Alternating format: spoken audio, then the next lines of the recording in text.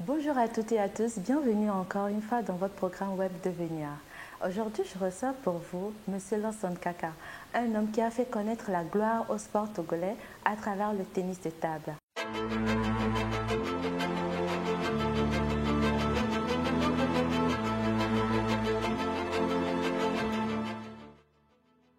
Dans les années 70-90, le tennis de table togolais a connu un essor sans précédent. Cette gloire porte l'empreinte de Lansana Franco Kaka. Persévérant et téméraire, c'est grâce à un ami qu'il se frotte pour la première fois à la discipline en 1967. Au fil du temps, il y prend goût et quelques mois après ses débuts, il remporte son premier trophée lors de la Coupe Interclub des Jeunes en 1968. 3 ans plus tard, il entre dans l'histoire du tennis de table en battant un Chinois alors qu'il n'avait que 15 ans. En 1978, il hisse encore une fois le drapeau du Togo sur les podiums des Jeux africains de Nairobi avec 2 médailles en bronze ainsi qu'aux Jeux d'Alger et une autre au Caire en Égypte en 1992. Outre le ping-pong, Lansana Kaka s'est également essayé au long tennis et au handball. Étant un avide de la réussite, il réalise aussi des exploits tant sur le plan national, continental qu'hors de l'Afrique. Son bref passage dans le long tennis lui a permis de participer aux Universals de Kobe au Japon en 1985. Il met fin à sa carrière en 1995 après les Jeux africains à Harare. Entre 1993 et 2005, il endosse le maillot d'entraîneur national et devient directeur technique de la Fédération togolaise de tennis de table jusqu'à ce jour. Sans oublier qu'il a obtenu son diplôme d'expert de la Fédération internationale de tennis de table et de la francophonie en 2004. Aujourd'hui, son rêve le plus cher est de revoir le Togo sur le devant de la scène. Bonjour Ghislaine. Ça va, Julien? C'est un plaisir de vous avoir chez.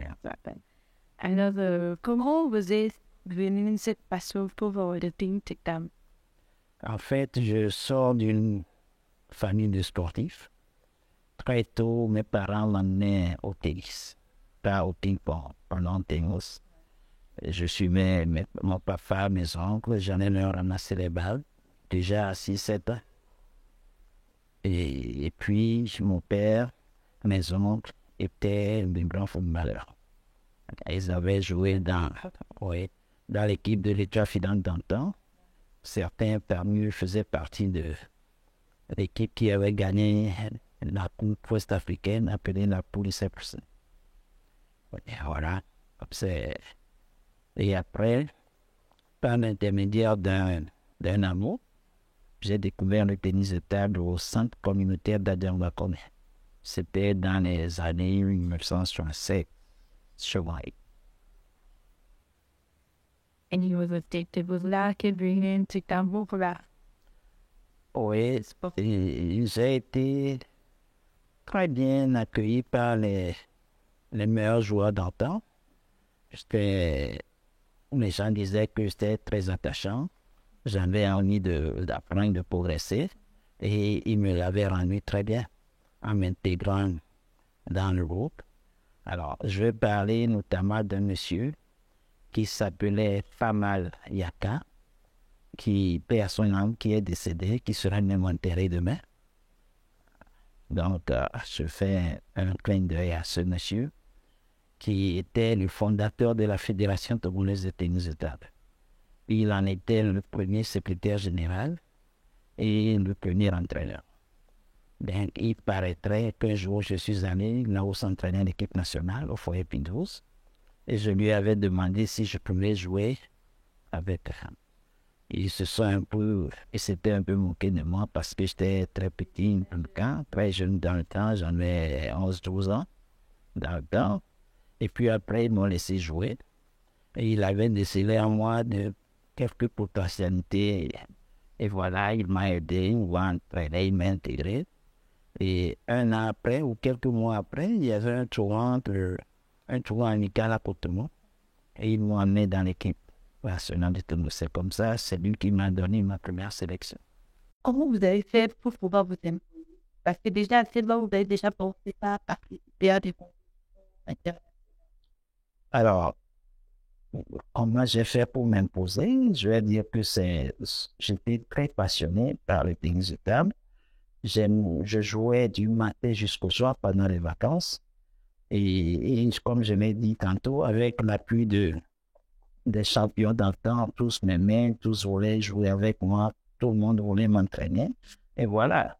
Et je crois que j'avais certaines dispositions pour réussir dans le tennis de table. Il m'y avait aidé. Et puis, il faut dire que moi-même, j'étais très téméraire. J'étais un vainqueur, je n'aimais jamais perdre. Quand je perdais un match, c'est des pleurs, je n'aimais pas perdre du tout. Voilà, je crois que quelque part, c'est cette envie de toujours gagner qui m'avait aidé. Et on vous appelle Monsieur Touchaclé parce que vous avez également touché au tennis, également pourquoi vous êtes plus investi dans le fitness? Alors, d'abord, très tôt, j'ai été intégré en équipe nationale de tennis de table. Déjà en 1971, j'ai participé à un tournoi en Chine appelé tournoi afro-asiatique. Et c'est au cours de ce tournoi que je m'étais réellement révélé à la face du monde parce que j'étais le premier Africain à avoir battu un Chinois. Vous voyez, donc à mon retour de Pékin, et tout le monde, tous les journalistes me posaient la question de savoir comment j'ai fait pour arriver là. Il paraîtrait que j'avais changé de tactique quand je gagnais, quand j'avais des difficultés. Or, moi, c'était de l'insouciance en ce moment. Je ne savais même pas ce que je fais. Moi, c'était un jeu, c'était naturel en fait. Et donc, je crois que c'est mon côté gagnant qui m'a aidé vraiment dans le tennis. Maintenant, entre-temps, j'ai découvert le handball. Juste à notre retour de Chine en 1971, nous avons notre champion d'antan, un certain Lassé Sipili, qui jouait également en équipe nationale de handball. Il me parlait souvent de handball. Il m'invitait à joindre son équipe qui était le Cuirasse de Lomé en ce moment. Et à notre retour de Chine, il m'a amené à l'entraînement. C'est comme ça que j'ai découvert le handball à travers l'équipe des Cuirasse de Lomé. Après quelques moments avec des amis comme Gabiam et Eko, et la Cécile et Aguilla Joseph, personne n'a mouru. Et puis là, on a formé un groupe de jeunes handballeurs talentueux et on était tous peu après sélectionnés en équipe nationale de handball. Alors, pour le tennis, c'était une affaire de famille. J'ai découvert le tennis au berceau parce que mes parents m'y amenaient très tôt. Alors, je suis resté plus au tennis de table parce que j'avais, je pense, plus de dispositions techniques et morphologiques pour aller plus loin dans le tennis de table. Et sachant que vous avez eu le rôle de carrière, une très grande carrière d'ailleurs, quel est votre Mon plus beau, j'en ai de plus beau. Pas un seul. Mais le plus beau, je crois que c'est ma victoire sur le champion chinois en 1971. Et ensuite, il y avait le souvenir des troisièmes Jeux africains d'Algérie en 1978, où nous avions un groupe très talentueux, un groupe de jeunes garçons et de jeunes filles qui avaient réussi à amener 7 des 8 médailles que le Togo avait eues aux Jeux africains d'Algérie. Nous avions eu en tennis de table une médaille d'or, une médaille d'argent et 5 médailles de bronze. C'était un exploit, d'autant plus que le Togo tout entier avait 8 médailles. Il y a un judoka qui avait une médaille de bronze et nous en avons ajouté 7. C'était non pas un souvenir personnel, mais un souvenir de ce groupe-là, de ce groupe de copains, d'amis, qui, avec notre volonté, notre envie de et représenter notre pays, d'aller loin, nous avons réussi à faire cet exploit. Et j'ajouterai que cet exploit, nous l'avons réussi grâce à un monsieur, à un ancien ministre qui s'appelait M. Ogoulé Frititi, et un visionnaire qui a tout fait pour nous donner la chance d'aller plus loin dans le sport. On allait régulièrement en stage en Chine, en Europe s'il nous faut, juste pour que nous puissions être champions d'Afrique. Il nous avait demandé un jour, qu'est-ce qu'il vous reste pour être champion d'Afrique? Et moi, je lui ai répondu que, mais envoyez-nous en Chine, on serait champion d'Afrique. Il m'a répondu, non, je ne vais pas vous envoyer en Chine, je vais vous amener des entraîneurs chinois autour. Et quelques mois après, on a mis des entraîneurs chinois. Et c'est sous la coupole de ces entraîneurs chinois que nous avons pu réussir cet exploit aux Jeux africains d'Alger. Mais pourquoi c'est pour le mouvement de la femme? Parce qu'aujourd'hui, on se comporte plus sur le football, alors que le sport est dans. Il y a plusieurs. Mais quand on parle de football, c'est un peu à faire trouver une place parmi les meilleurs. Pourquoi on n'était pas de développer? Non, je ne sais pas. Le football, c'est le sport roi. Hein, tout le monde dit que c'est le sport roi. Et toute la presse, tout le monde s'acharne sur le football. Dès qu'il y a un petit match de football, mais c'est normal, c'est le sport roi. C'est la vitrine de tout sport. Bon, mais je pense aussi que compte tenu de ce que les autres disciplines font, compte tenu des résultats de certaines fédérations, ne serait-ce qu'un centième de ce qu'on offre au football, si on offrait aux autres fédérations, on aurait beaucoup plus d'espoir que ce que nous avons fait, ce que les boxeurs avaient fait, ce que les handballeurs avaient fait. Vous voyez? Nous, on ne demandait pas à ce qu'on nous assiste comme on le fait au football, mais ne serait-ce qu'un minimum. Nous avons des talents, nous avons des potentialités ici qui ne demandent qu'à être aidés, à être accompagnés pour s'éclore. Vous voyez? Alors, mais qu'est-ce qui est là? Mais c'est le sport, ouais. Et c'est aussi une volonté de nos dirigeants. Dans tous les pays en Afrique, c'est le football ou rien.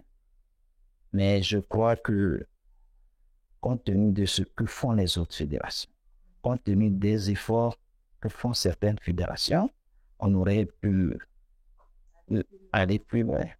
Alors, nous avions eu des déperditions au niveau de nos jeunes. Parce qu'ils se rendent compte qu'ils n'ont pas d'avenir dans les tennis de table. Ils sont très forts, mais ils préfèrent aller jouer au football.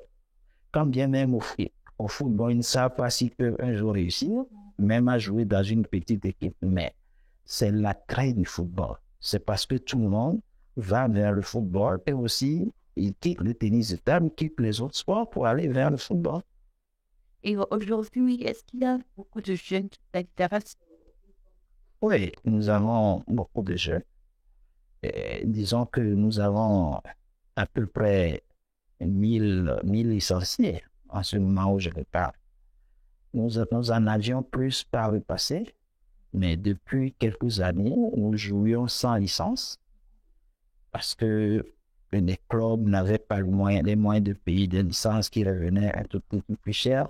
Donc, on avait sur choix pendant un temps pour pouvoir avoir du monde dans notre sport. Mais on a repris avec l'établissement de licence. Les dirigeants sont maintenant plus enclins à faire des licences aux joueurs. Et par rapport aux difficultés dont vous avez parlé tout à l'heure, qu'est-ce que vous pensez que doit être fait pour les gouvernements? Alors, nous avions pensé que nos résultats sur le terrain pouvaient nous aider à être aidés. Nous avions tout fait. Entre-temps, le tennis de table togolais a connu un passage à vide, mais depuis 2012, nous avons repris du flambeau. Nous étions toujours parmi les 3 meilleurs jusque dans les années 2005. Et après, de 2005 jusqu'à 2012, on était au fond du classement. Et à partir de 2012, on a encore eu une médaille de bronze sur le plan continental. Et 2012 jusqu'à 2020, nous plaçons toujours nos équipes sur le podium africain. En 2018, nos juniors étaient quatrième africain, médaille de bronze. Nos U21 aussi étaient médaille de bronze sur le plan africain. Mais chaque fois que la compétition a lieu en Afrique de l'Ouest, nous avons la possibilité d'y participer. Mais lorsque c'est en Afrique du Nord, en Afrique du Sud, on nous dit qu'il n'y a pas les moyens. Et c'est comme ça que nous perdons notre qualité de tête de série. Ouais. Ça nous limite, ce qui fait que nos résultats actuellement sont en dents de scie. Nous participons, nous faisons l'effort pour gagner une médaille et aux éditions prochaines, on n'a pas la possibilité de participer et on redescend. On refait l'effort pour monter et on redescend. Et chaque fois, c'est comme ça. C'est vraiment dommage. Et en tant qu'entraîneur, est-ce que vous pensez que l'engouement que l'équipe vous a amené à votre temps, est-ce qu'il y a toujours cette chaîne statistique à Il y a toujours cet engouement, mais pas de la même manière. Nous, à longtemps, nous jouions vraiment pour le plaisir. Parce que nous sommes passionnés. C'est vraiment un réel plaisir et un honneur pour nous de représenter le pays. Les jeunes, maintenant, s'ils ne trouvent pas l'argent pour venir à l'entraînement, ils ne viennent pas. Si les dirigeants ne les aident pas à subvenir à certains menus besoins, ils ne viennent pas. Mais il y en a de téméraires quand même qui font des efforts pour y arriver. Actuellement, notre équipe nationale va quitter Lomé demain ou samedi pour les championnats d'Afrique de l'Ouest à Accra. Championnats d'Afrique de l'Ouest qui seront qualificatifs pour les championnats. Mais je tiens à féliciter nos jeunes joueurs malgré les conditions presque inexistantes de préparation. On est en préparation depuis un mois et demi. Ils tiennent bon, ils s'entraînent. Même sans manger, ils s'entraînent vraiment très bien. On va essayer de se qualifier pour les championnats d'Afrique. Merci. Alors, je dis aussi que nos meilleurs joueurs qui sont en Europe ne pouvaient pas venir parce qu'ils sont un peu, certains bloqués par leur club, d'autres parce qu'ils ont trouvé un nouveau métier d'entraîneur, ils ne peuvent pas se libérer. Mais nous avons confiance à nos jeunes, à nos locaux, qui peuvent aussi y faire l'affaire. Qu'est-ce que vous conseillez à un fédération qui veut faire carrière ici au Big Fun? Alors, c'est des conseils que je donnerai à tout jeune sportif dans votre discipline sportive. C'est de travailler et de ne jamais négliger les études.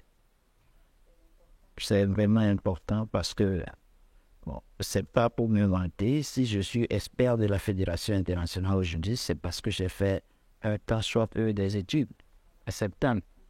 Alors, et sur 100 athlètes, peut-être 2 ou 3 pourraient devenir champions. Et les autres, on n'a pas les abandonnés. Il y a beaucoup de métiers qui se greffent autour du sport actuel.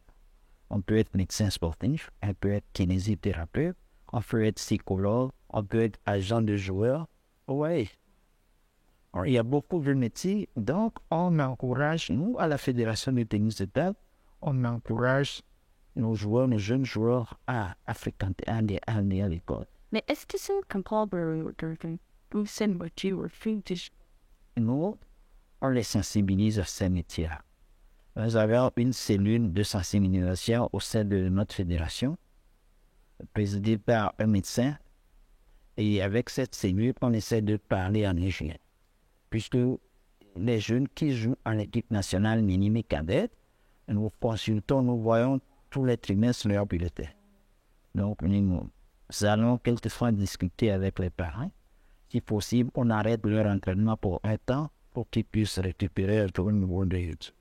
Donc, on les informe, on leur produit des conseils.